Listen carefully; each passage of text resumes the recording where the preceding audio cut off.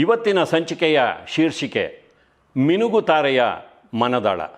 ಹೌದು, ಇಲ್ಲಿ ಯಾವ ಕಲಾವಿದೆಯ ಬಗ್ಗೆ ನಾನು ಹೇಳ್ತಾ ಇದ್ದೀನಿ ಅಂತ ನಿಮಗೆ ಹೇಳಬೇಕಾಗೇ ಇಲ್ಲ. ಮಿನುಗುತಾರೆ ಅಂದ ತಕ್ಷಣ ಕನ್ನಡಿಗರೆಲ್ಲರಿಗೂ ಗೊತ್ತಾಗುತ್ತೆ ಇದು ಕಲ್ಪನಾ ಅವರ ಬಗ್ಗೆ ಮಾಡ್ತಾ ಇರುವಂಥ ಒಂದು ಕಾರ್ಯಕ್ರಮ ಅಂತ. ಮಿನುಗುತಾರೆ ಕಲ್ಪನಾ ಅವರು ತಮ್ಮ 36ನೇ ವಯಸ್ಸಿನಲ್ಲಿ ತಮ್ಮ ಜೀವನಕ್ಕೆ ಇತಿಶ್ರೀ ಹಾಡಿಕೊಂಡರು. ಅಂಥದ್ದೇನಾಗಿತ್ತು ಅವರಿಗೆ, ಅವರ ಚಿತ್ರ ಜೀವನದ ಏಳು ಬೀಳುಗಳೇನು, ಇವೆಲ್ಲವನ್ನು ಈ ಸಂಚಿಕೆಯ ಮೂಲಕ ನಿಮ್ಮ ಮುಂದೆ ಇಡ್ತಾ ಇದ್ದೀವಿ. 1943ನೇ ಇಸ್ವಿ ಜುಲೈ 18ನೇ ತಾರೀಕು ಕಲ್ಪನಾ ಅವರ ಜನನ ಆಗುತ್ತೆ. ಮಂಗಳೂರಿನಲ್ಲಿ ಕೃಷ್ಣಮೂರ್ತಿ ಹಾಗೂ ಜಾನಕಮ್ಮ ದಂಪತಿಗಳ ಪುತ್ರಿಯಾಗಿ ಇವರು ಜನಿಸ್ತಾರೆ. ಆಗ ಇವರ ಮನೆಯಲ್ಲಿ ಇಟ್ಟ ಹೆಸರು ಶರತ್ ಲತಾ ಅಂತ. ಇವರಿಗೆ ಮುದ್ದಿನ ಹೆಸರಾಗಿ ಕಲ್ಪನಾ ಅಂತ ಕರಿತಾ ಇರ್ತಾರೆ. ಅದನ್ನು ಮತ್ತೊಂದಿಷ್ಟು ತುಂಡರಿಸಿ ಕಲ್ಪು ಅಂತ ಕರಿತಾ ಇರ್ತಾರೆ. ಕಲ್ಪನಾ ಅವರಿಗೆ ಒಬ್ಬ ಸಹೋದರರು ಇದ್ದರು, ದಿವಾಕರ್ ಅಂತ. ಕಲ್ಪನಾ ಅವರ ಬಾಲ್ಯ ಹೆಚ್ಚಾಗಿ ಅವರ ಚಿಕ್ಕಪ್ಪ ಚಿಕ್ಕಮ್ಮನ ಜೊತೆಯಲ್ಲಿ ಸಾಗುತ್ತೆ. ಅವರಿಬ್ಬರು ರಂಗಭೂಮಿ ಕಲಾವಿದರು. ಹಾಗಾಗಿ ಚಿಕ್ಕಮ್ಮ ಸೀತಮ್ಮನವರಿಂದಾಗಿ ಕಲ್ಪನಾ ಅವರಿಗೆ ನಾಟಕ ಹಾಗೂ ನೃತ್ಯದಲ್ಲಿ ಒಂದು ರೀತಿಯ ಆಸಕ್ತಿ ಬೆಳೀತಾ ಹೋಗುತ್ತೆ. ಅವರು ವಿದ್ಯಾರ್ಥಿ ಜೀವನದಲ್ಲೇ ನೃತ್ಯಾಭ್ಯಾಸವನ್ನು ಮಾಡ್ತಾರೆ. ಯಾವ ಮಟ್ಟಿಗೆ ಮಾಡ್ತಾರೆ ಅಂದರೆ, ಕಲ್ಪನಾ ಅವರು ರಾಜ್ಯ ಮಟ್ಟದ ನೃತ್ಯ ಸ್ಪರ್ಧೆಯಲ್ಲಿ ಚಿನ್ನದ ಪದಕವನ್ನು ಪಡೆಯುವಷ್ಟರ ಮಟ್ಟಿಗೆ ಅದರಲ್ಲಿ ಪರಿಣಿತರಾಗ್ತಾರೆ. ನಾಟಕದಲ್ಲಿ ಆಸಕ್ತಿ ಇದ್ದಿದ್ದರಿಂದಾಗಿ ಅವರು ನೃತ್ಯಾಭ್ಯಾಸವನ್ನು ಮಾಡ್ತಾರೆ. ಮುಂದೆ ಚಿಕ್ಕಪ್ಪ ಚಿಕ್ಕಮ್ಮನ ಒತ್ತಾಸೆಯಿಂದಾಗಿ ಕೆಲವು ಕಂಪನಿಗಳಲ್ಲಿ ಅವರಿಗೆ ಪಾತ್ರ ಮಾಡುವ ಅವಕಾಶ ಸಿಗುತ್ತೆ. ಆದರೆ ಆ ಪಾತ್ರಗಳೆಲ್ಲವೂ ಕೇವಲ ನೃತ್ಯಕ್ಕೆ ಸೀಮಿತವಾಗಿರುತ್ತೆ. ಕೆಲವೇ ದಿನಗಳಲ್ಲಿ ಕಲ್ಪನಾ ಅವರಿಗೆ ಅದರಲ್ಲಿ ಒಂದು ರೀತಿ ಆಸಕ್ತಿ ಹೊರಟು ಹೋಗುತ್ತೆ. ನಾನು ಪಾತ್ರಗಳನ್ನು ಮಾಡಬೇಕು ಅಂತ ಅನ್ನಿಸ್ತಾ ಇರುತ್ತೆ. ಹಾಗಾಗಿ ಅವರು ಸ್ತ್ರೀ ನಾಟಕ ಮಂಡಳಿಗೆ ಸೇರ್ಕೋತಾರೆ. ಅಲ್ಲಿ ಅನೇಕ ಪಾತ್ರಗಳು ಅವರನ್ನು ಅರಸಿ ಬರುತ್ತೆ. ಇಷ್ಟಾದರೂ ಕಲ್ಪನಾ ಅವರಿಗೆ ಚಲನಚಿತ್ರ ರಂಗದ ಬಗ್ಗೆ ಯಾವುದೇ ಆಸಕ್ತಿ ಇರೋದಿಲ್ಲ. ಕೇವಲ ನಾಟಕಗಳಲ್ಲಿ ಅಭಿನಯಿಸಬೇಕು ಅಂತ ಇರುತ್ತೆ. ಆದರೆ ಒಮ್ಮೆ ಅವರು ಕಿತ್ತೂರು ಚೆನ್ನಮ್ಮ ಸಿನಿಮಾ ನೋಡ್ತಾರೆ. ಅಲ್ಲಿ ಸರೋಜಾದೇವಿಯವರ ಅಭಿನಯವನ್ನು ನೋಡಿದಾಗ ನಾನೂ ಒಬ್ಬ ಕಲಾವಿದೆಯಾಗಬೇಕು ಅಂತ ಅವರಿಗೆ ಆಸೆ ಮೂಡುತ್ತೆ. ನೋಡಿ, ಕಾಕತಾಳೀಯ ಅಂದರೆ ಕಿತ್ತೂರು ಚೆನ್ನಮ್ಮ ಚಿತ್ರವನ್ನು ಯಾವ ಚಿತ್ರಸಂಸ್ಥೆ ಕನ್ನಡ ತೆರೆಗೆ ಅರ್ಪಣೆ ಮಾಡ್ತೋ ಅದೇ ಪದ್ಮಿನಿ ಪಿಕ್ಚರ್ಸ್ ಸಂಸ್ಥೆಯ ಮೂಲಕ ಕಲ್ಪನಾ ಅವರು ಚಿತ್ರರಂಗಕ್ಕೆ ಪಾದಾರ್ಪಣೆ ಮಾಡುವಂಥ ಒಂದು ಅವಕಾಶ ಬರುತ್ತೆ. ನಾಟಕ ಕಂಪನಿಯೊಂದರಲ್ಲಿ ಮ್ಯಾನೇಜರ್ ಆಗಿದ್ದ ಶಿವಕುಮಾರ್ ಎನ್ನುವ ಕುಟುಂಬದ ಒಬ್ಬ ಮಿತ್ರರಿಂದಾಗಿ ಕಲ್ಪನಾ ಅವರಿಗೆ ಪಂತುಲು ಅವರ ಸಾಕು ಮಗಳು ಚಿತ್ರದಲ್ಲಿ ಮುಖ್ಯ ಪಾತ್ರವನ್ನು ವಹಿಸುವಂಥ ಅವಕಾಶ ಬರುತ್ತೆ. ಅದೇ ಚಿತ್ರದಲ್ಲಿ ಪುಟ್ಟಣ್ಣನವರು ಪಂತುಲು ಅವರ ಸಹಾಯಕರಾಗಿ ಕೆಲಸ ಮಾಡ್ತಾ ಇರ್ತಾರೆ. ಅವರಿಗೆ ಕಲ್ಪನಾ ಅವರ ಪ್ರತಿಭೆ ಏನು ಅಂತ ಗೊತ್ತಾಗುತ್ತೆ. ಅವತ್ತೇ ಪುಟ್ಟಣ್ಣನವರು ಹೇಳ್ತಾರೆ, ನಾನು ಯಾವತ್ತಾದರೂ ನಿರ್ದೇಶಕನಾದರೆ ನಿನ್ನನ್ನೇ ನಾಯಕಿಯನ್ನಾಗಿ ಮಾಡ್ಕೋತೀನಿ ಅಂತ. ಮುಂದೆ ಕಲ್ಪನಾ ಅವರಿಗೆ ಮೇಲಿಂದ ಮೇಲೆ ಪಾತ್ರಗಳೇನೂ ಸಿಗೋದಿಲ್ಲ. ಅಷ್ಟೇ ಅಲ್ಲ, ನೋಡಿ, ಆರಂಭದ ದಿನಗಳಲ್ಲಿ ಅವರಿಗೆ ಕವಲೆರಡು ಕುಲವೊಂದು ಹಾಗೂ ಬಾಲನಾಗಮ್ಮ ಚಿತ್ರದಲ್ಲಿ ಖಳನಾಯಕಿಯ ಪಾತ್ರಗಳನ್ನು ಕೂಡ ಮಾಡಬೇಕಾಗುತ್ತೆ.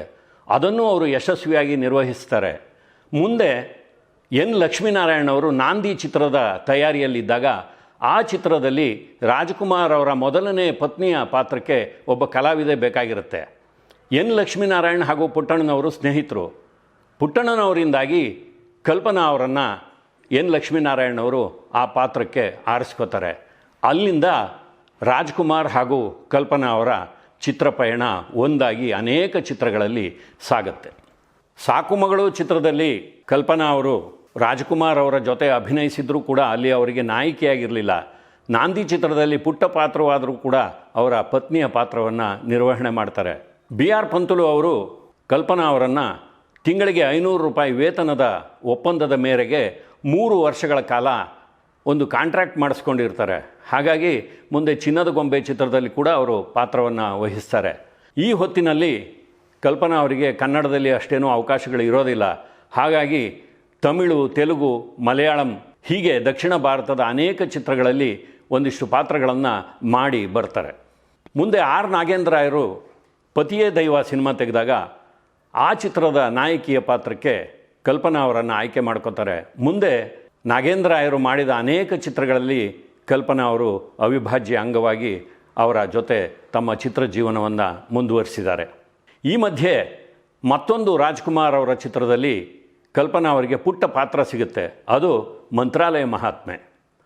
ಅಲ್ಲಿ ರಾಯರ ಪ್ರಭಾವಕ್ಕೊಳಗಾಗಿ ಕಲ್ಪನಾ ಅವರು ಗುರು ರಾಘವೇಂದ್ರ ಸ್ವಾಮಿಗಳ ಭಕ್ತಿಯಾಗ್ತಾರೆ. ಅಲ್ಲಿಂದ ಮುಂದೆ ಅವರ ಚಿತ್ರಜೀವನ ಕೂಡ ರಾಯರ ಅನುಗ್ರಹದಿಂದಾಗಿ ತುಂಬ ಒಂದು ಏರು ಮಟ್ಟದ ಗ್ರಾಫ್ನಲ್ಲೇ ಮುಂದಕ್ಕೆ ಹೋಗುತ್ತೆ. ಕಲ್ಪನಾ ಅವರು ಮುಂದೆ ಬೆಂಗಳೂರಿನಲ್ಲಿ ತಮ್ಮ ಮನೆಯನ್ನು ಕಟ್ಟಿಸಿದಾಗ ಗುರು ರಾಯರ ನೆನಪಿಗೆ ಆ ಮನೆಗೆ ಅನುಗ್ರಹ ಅಂತ ಹೆಸರನ್ನು ಕೂಡ ಇಡ್ತಾರೆ. 1967ರಲ್ಲಿ ಕಲ್ಪನಾ ಅವರ ಚಿತ್ರಜೀವನಕ್ಕೆ ಒಂದು ಬಹುದೊಡ್ಡ ತಿರುವು ಸಿಗುತ್ತೆ. ಪುಟ್ಟಣ್ಣ ಕಣಗಾಲ್ ಅವರು ತ್ರಿವೇಣಿಯವರ ಬೆಳ್ಳಿ ಮೋಡ ಕಾದಂಬರಿಯನ್ನು ತೆರೆಗೆ ತರುವ ಸನ್ನಾಹ ಮಾಡ್ತಾರೆ. ತಾವು ಆಡಿದ ಮಾತಿನ ಹಾಗೆ ಅದರ ಮುಖ್ಯ ಪಾತ್ರಕ್ಕೆ ಕಲ್ಪನಾ ಅವರನ್ನು ಆಯ್ಕೆ ಮಾಡ್ಕೋತಾರೆ. ಕಲ್ಪನಾ ಅವರು ಕೂಡ ಅಷ್ಟೇ ತಮ್ಮ ಪಾತ್ರವನ್ನು ಕೇವಲ ಒಬ್ಬ ಕಲಾವಿದೆಯಾಗಿ ಅಷ್ಟೇ ಅಲ್ಲ, ಆ ಕಥೆಯನ್ನು ಓದಿ ಪಾತ್ರದ ಒಳಹೊಕ್ಕು ಅದಕ್ಕೆ ಬೇಕಾದಂಥ ತಮ್ಮ ವಸ್ತ್ರಾಲಂಕಾರ ಇತ್ಯಾದಿಗಳನ್ನು ಅವರೇ ಸಿದ್ಧ ಮಾಡ್ಕೋತಾ ಇದ್ದರು. ಹಾಗಾಗಿ ಅವರ ಚಿತ್ರಜೀವನದ ಉದ್ದಕ್ಕೂ ನಾವು ವೈವಿಧ್ಯಮಯವಾದ ಪಾತ್ರಗಳನ್ನು ನೋಡಬಹುದು. ಅಷ್ಟೇ ಅಲ್ಲ, ಆ ಪಾತ್ರಗಳಲ್ಲಿ ಅವರು ತನ್ಮಯರಾಗಿ ಅಭಿನಯಿಸಿರೋದನ್ನು ಕಾಣಬಹುದು. ಬೆಳ್ಳಿ ಮೋಡ ಅನ್ನೋದು ಒಂದು ಎಸ್ಟೇಟ್. ಆ ಎಸ್ಟೇಟಿನಲ್ಲಿ ನಡೆಯುವ ಒಂದು ಪ್ರೇಮ ಕಥೆಯನ್ನು ಆ ಚಿತ್ರದಲ್ಲಿ ಪುಟ್ಟಣ್ಣ ಕಣಗಾಲ್ ಅವರು ಬಹಳ ಮನೋಜ್ಞವಾಗಿ ಕಟ್ಟಿಕೊಟ್ಟಿದ್ದಾರೆ. ಅಲ್ಲಿ ಕಲ್ಯಾಣ್ ಕುಮಾರ್ ಅವರು ನಾಯಕ, ಪಂಡ್ರಿಬಾಯಿ ಹಾಗೂ ಅಶ್ವಥ್ ಅವರು ಸಹ ಕಲಾವಿದರು. ಕಲ್ಪನಾ ಅವರ ಪ್ರತಿಭೆಯನ್ನು ಗರಿಷ್ಠ ಮಟ್ಟದಲ್ಲಿ ಬಳಸಿಕೊಂಡಂಥ ಮೊದಲನೇ ಕನ್ನಡ ಚಿತ್ರ ಅದು. ಆ ಚಿತ್ರದ ಅಭಿನಯಕ್ಕೆ ಕಲ್ಪನಾ ಅವರಿಗೆ ರಾಜ್ಯ ಪ್ರಶಸ್ತಿ ಬರುತ್ತೆ. ನೋಡಿ, ಮುಂದೆ ಪುಟ್ಟಣ್ಣ ಕಣಗಾಲ್ ಅವರು ಕಪ್ಪು ಬಿಳುಪು, ಶರಪಂಜರ, ಗೆಜ್ಜೆ ಪೂಜೆ ಹೀಗೆ ಕಾದಂಬರಿ ಆಧಾರಿತವಾದ 3 ಚಿತ್ರಗಳನ್ನು ತೆಗಿತಾರೆ. 3 ಚಿತ್ರಗಳಲ್ಲಿ ಕಲ್ಪನಾ ಅವರೇ ನಾಯಕಿಯಾಗಿರ್ತಾರೆ. ಇಲ್ಲಿ ಒಂದು ಸ್ವಾರಸ್ಯಕರವಾದ ಸಂಗತಿ ಏನಪ್ಪ ಅಂದರೆ, ಒಬ್ಬ ಮಹಿಳಾ ಕಾದಂಬರಿಕಾರ್ತಿ ತ್ರಿವೇಣಿಯವರು ಅವರ 3 ಕಾದಂಬರಿಗಳು, ಒಂದು ಬೆಳ್ಳಿ ಮೋಡ, ಇನ್ನೊಂದು ಹಣ್ಣೆಲೆ ಚಿಗುರಿದಾಗ, ಮತ್ತೊಂದು ಶರಪಂಜರ, ಈ 3 ಚಿತ್ರಗಳಲ್ಲಿ ಶ್ರೇಷ್ಠ ಅಭಿನಯಕ್ಕಾಗಿ ಕಲ್ಪನಾ ಅವರು ರಾಜ್ಯ ಪ್ರಶಸ್ತಿಯನ್ನು ಗಳಿಸ್ತಾರೆ. ಒಬ್ಬ ಮಹಿಳಾ ಕಾದಂಬರಿಕಾರ್ತಿಯ 3 ಕಾದಂಬರಿ ಆಧಾರಿತ ಚಿತ್ರಗಳಲ್ಲಿ ಒಬ್ಬ ನಾಯಕಿ ಪ್ರಶಸ್ತಿಯನ್ನು ಗಳಿಸಿರೋದು ಬಹುಶಃ ಭಾರತೀಯ ಚಿತ್ರರಂಗದಲ್ಲಿ ದಾಖಲೆ ಅಂತ ನನ್ನ ಭಾವನೆ. ಇಲ್ಲಿ ಬೆಳ್ಳಿ ಮೋಡ ಹಾಗೂ ಶರಪಂಜರ ಚಿತ್ರಗಳ ನಿರ್ದೇಶಕರು ಪುಟ್ಟಣ್ಣ ಕಣಗಾಲ್ ಅವರಾದರೆ, ಹಣ್ಣೆಲೆ ಚಿಗುರಿದಾಗ ಚಿತ್ರದ ನಿರ್ದೇಶಕರು MR ವಿಠಲ್ ಅವರು. ಕಪ್ಪು ಬಿಳುಪು ಕಾದಂಬರಿ ಆಧಾರಿತ ಚಿತ್ರದಲ್ಲಿ ಕೂಡ ಕಲ್ಪನಾ ಅವರು ದ್ವಿಪಾತ್ರದಲ್ಲಿ ಅಭಿನಯಿಸ್ತಾರೆ. ನಾಯಕಿಯರಿಗೆ ಚಿತ್ರಗಳಲ್ಲಿ ದ್ವಿಪಾತ್ರ ಅಭಿನಯಕ್ಕೆ ಅವಕಾಶ ಸಿಗೋದು ಬಹಳ ಕಡಿಮೆ. ಆ ಸಿಕ್ಕ ಅವಕಾಶವನ್ನು ಕಲ್ಪನಾ ಅವರು ಸಮರ್ಥವಾಗಿ ಬಳಸ್ಕೋತಾರೆ. ಒಂದು ಮುಗ್ಧವಾದ ಹಳ್ಳಿ ಹುಡುಗಿಯ ಪಾತ್ರ, ಮತ್ತೊಂದು ಪಟ್ಟಣದ ಒಬ್ಬ ಫ್ಯಾಷನಬಲ್ ಹುಡುಗಿಯ ಪಾತ್ರ. ಆ 2 ಪಾತ್ರಗಳು ಅದಲು ಬದಲಾಗುವಂಥ ಒಂದು ಸನ್ನಿವೇಶ. ಅಲ್ಲಿ ಕಲ್ಪನಾ ಅವರ ಅಭಿನಯದ ಪ್ರೌಢಿಮೆ ನಮಗೆ ಕಾಣಸಿಗುತ್ತೆ. 1943ನೇ ಇಸ್ವಿಯಲ್ಲಿ ಹುಟ್ಟಿ ತಮಗೆ 20 ವರ್ಷಗಳಾಗಿದ್ದಾಗ 1963ರಲ್ಲಿ ಕನ್ನಡ ಚಿತ್ರರಂಗಕ್ಕೆ ಬಂದು ಕೇವಲ 16 ವರ್ಷಗಳಲ್ಲಿ ಕಲ್ಪನಾ ಅವರು ಏರಿದ ಎತ್ತರ ಊಹೆಗೂ ನಿಲುಕದ್ದು. ಯಾವಾಗ ಬೆಳ್ಳಿ ಮೋಡ ಚಿತ್ರ ಅದ್ಭುತವಾದ ಯಶಸ್ಸನ್ನು ಗಳಿಸ್ತೋ, ಅಲ್ಲಿಂದ ಮುಂದೆ ಕನ್ನಡ ಚಿತ್ರರಂಗದಲ್ಲಿ ಯಾರೇ ಕಾದಂಬರಿ ಆಧಾರಿತ ಚಿತ್ರವನ್ನು ತಯಾರು ಮಾಡಬೇಕು ಅಂತ ಹೊರಟರೂ ಕೂಡ ಮೊದಲನೇದಾಗಿ ಅಲ್ಲಿ ನಾಯಕಿಯ ಪಾತ್ರಕ್ಕೆ ಕಲ್ಪನಾ ಅವರು ಸೂಟ್ ಆಗ್ತಾರಾ ಅಂತ ಯೋಚಿಸುವಂಥ ಒಂದು ಕಾಲ ಬಂತು. ನೋಡಿ, 16 ವರ್ಷಗಳ ತಮ್ಮ ಚಿತ್ರಜೀವನದಲ್ಲಿ ಕಲ್ಪನಾ ಅವರು ಅಭಿನಯಿಸಿದ್ದು 75 ಚಿತ್ರಗಳು. ಅದರಲ್ಲಿ 66 ಚಿತ್ರಗಳು ಕನ್ನಡದ್ದೇ. ಅಂದರೆ ವರ್ಷಕ್ಕೆ 5 ಚಿತ್ರಗಳ ಲೆಕ್ಕದಲ್ಲಿ ಅವರು ಅಭಿನಯಿಸ್ತಾ ಹೋದರು. ಇಲ್ಲಿ ನಾವು ಗಮನಿಸಬೇಕಾದ ಒಂದು ಸಂಗತಿ ಏನಪ್ಪ ಅಂದರೆ, ಪ್ರತಿಯೊಂದು ವರ್ಷವೂ ಅವರದ್ದು ಒಂದಲ್ಲ ಒಂದು ಕಾದಂಬರಿ ಆಧಾರಿತ ಚಿತ್ರ ತೆರೆಗೆ ಬರ್ತಾನೆ ಇತ್ತು. ಹೀಗೆ ಕನ್ನಡ ಬೆಳ್ಳಿ ತೆರೆಯನ್ನು ಉತ್ತಮವಾದ ಸಾಹಿತ್ಯ ಕೃತಿಗಳಿಂದ ಸಿಂಗರಿಸುವ ಕೆಲಸದಲ್ಲಿ ಕಲ್ಪನಾ ಅವರ ಒಂದು ಕೊಡುಗೆ ಏನಿದೆ ಅದನ್ನು ನಾವು ಕನ್ನಡಿಗರು ಇಲ್ಲಿ ಗಮನಿಸಬೇಕಾಗಿದೆ.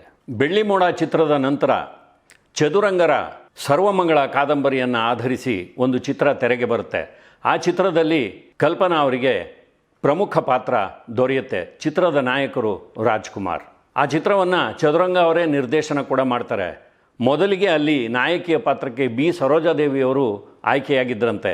ಆದರೆ ಕಾರಣಾಂತರದಿಂದ ಅವರು ಆ ಚಿತ್ರದಲ್ಲಿ ಅಭಿನಯಿಸೋದಕ್ಕೆ ಸಾಧ್ಯವಾಗಲಿಲ್ಲ. ಅಲ್ಲಿ ಅವರಿಗೆ ಬದಲಾಗಿ ಕಲ್ಪನಾ ಅವರು ಆ ಚಿತ್ರದ ನಾಯಕಿಯಾಗಿ ಅಭಿನಯಿಸ್ತಾರೆ. ಅಷ್ಟೇ ಅಲ್ಲ, ಆ ಚಿತ್ರವನ್ನು ಯಶಸ್ವಿಗೊಳಿಸ್ತಾರೆ. ಆ ಚಿತ್ರವನ್ನು ಆಮೇಲೆ ಬಿ ಸರೋಜಾದೇವಿಯವರು ನೋಡಿ ಕಲ್ಪನಾ ಅವರ ಅಭಿನಯವನ್ನು ಮುಕ್ತ ಕಂಠದಿಂದ ಹೊಗಳ್ತಾರೆ. ಅಷ್ಟೇ ಅಲ್ಲ, ಈ ಪಾತ್ರಕ್ಕೆ ಖಂಡಿತವಾಗಿಯೂ ರಾಷ್ಟ್ರ ಪ್ರಶಸ್ತಿ ಬರಬೇಕಾಗಿತ್ತು ಅಂತ ಬಿ ಸರೋಜಾದೇವಿಯವರಂಥ ಪ್ರತಿಭಾವಂತ ಕಲಾವಿದೆ ಹೇಳ್ಕೊಂಡಿದ್ದಾರೆ. ಆದರೆ ಕಲ್ಪನಾ ಅವರಿಗೆ 3 ರಾಜ್ಯ ಪ್ರಶಸ್ತಿಗಳು, ಇನ್ನು ಯಾವ ಜನ್ಮದ ಮೈತ್ರಿ ಚಿತ್ರದ ಅಭಿನಯಕ್ಕಾಗಿ 1 ಫಿಲ್ಮ್ ಫೇರ್ ಪ್ರಶಸ್ತಿ ಬಿಟ್ಟರೆ ಬೇರೆ ಯಾವುದೇ ಪ್ರಶಸ್ತಿಗಳು ಅವರನ್ನು ಆರಿಸಿಕೊಂಡು ಬರಲಿಲ್ಲ. ಆದರೆ ಆ ಎಲ್ಲ ಪ್ರಶಸ್ತಿಗಳಿಗಿಂತ ದೊಡ್ಡದಾಗಿ ಕನ್ನಡದ ಜನ ಅವರನ್ನು ಮಿನುಗು ತಾರೆ ಅಂತ ಗುರುತಿಸಿದ್ರು.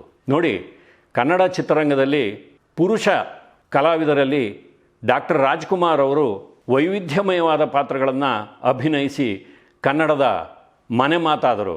ಅದೇ ರೀತಿಯಲ್ಲಿ ಒಬ್ಬ ಸ್ತ್ರೀ ಕಲಾವಿದೆ ವೈವಿಧ್ಯಮಯವಾದ ಪಾತ್ರಗಳನ್ನು ಅಭಿನಯಿಸಿರೋದು ನಮಗೆ ಕಲ್ಪನಾ ಅವರಲ್ಲಿ ಕಾಣಿಸುತ್ತೆ.